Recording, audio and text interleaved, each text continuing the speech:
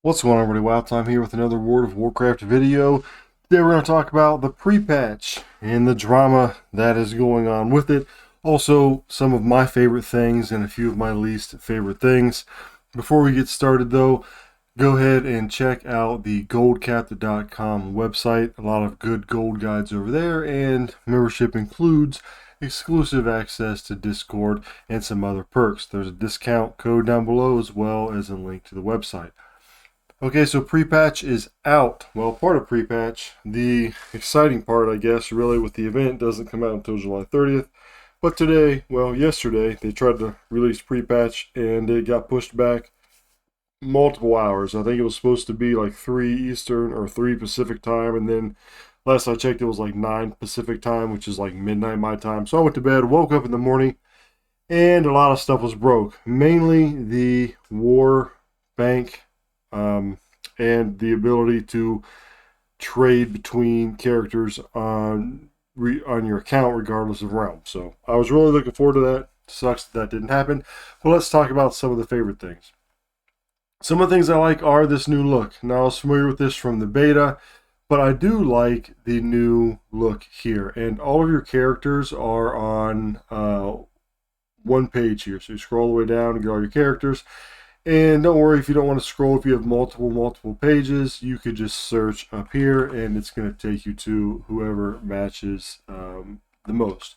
Another cool thing about this is that if you hover over a character, it tells you their spec and their realm and their class and all that kind of stuff. Also tells you how much gold that they have, which is really neat. So you can go and see how much gold you have on each character just by hovering over them. Some of these aren't working because I haven't logged into them yet, but pretty cool.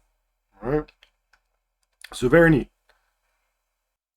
Another one of my favorite things is that they pretty much made everything dragon riding. Now it's not called dragon riding, but that's probably what everybody's going to call it for a long time. So mounts that didn't used to have it now do. So this used to be just a regular old mount. Now, as you can see down here, I get the action bars to do some dragon riding. Now, the coolest thing about that is that it does apply to the flight form of druids. That's really cool. Super cool that it applies to druids flight form.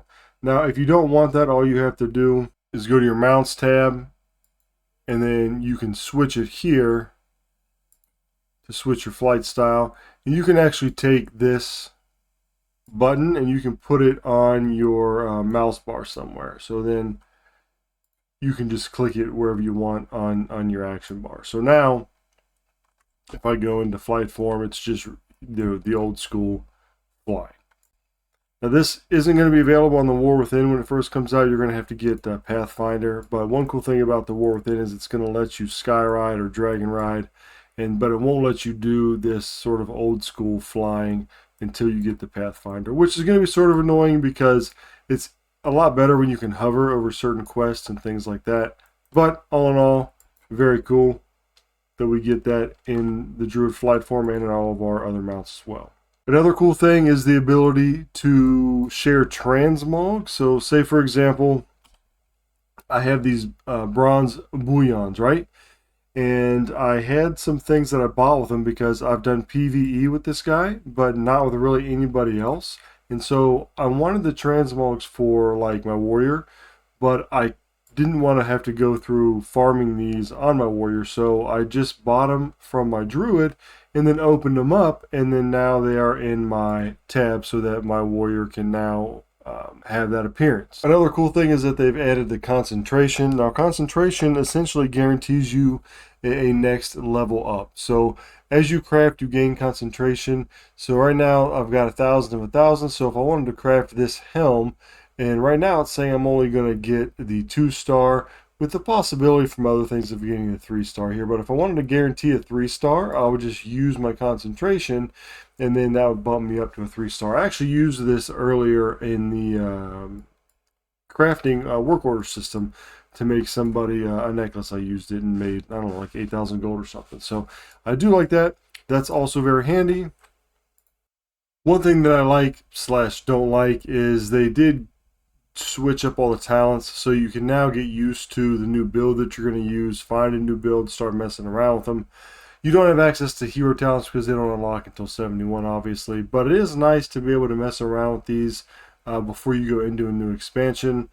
However, I just wish talents would stay the same, which is sort of funny, but I hate switching them around and looking at them and reading them and all that. Some people like that. I just want to. I'm more of a League of Legends kind of guy where you've got like 4 buttons and they do everything you need.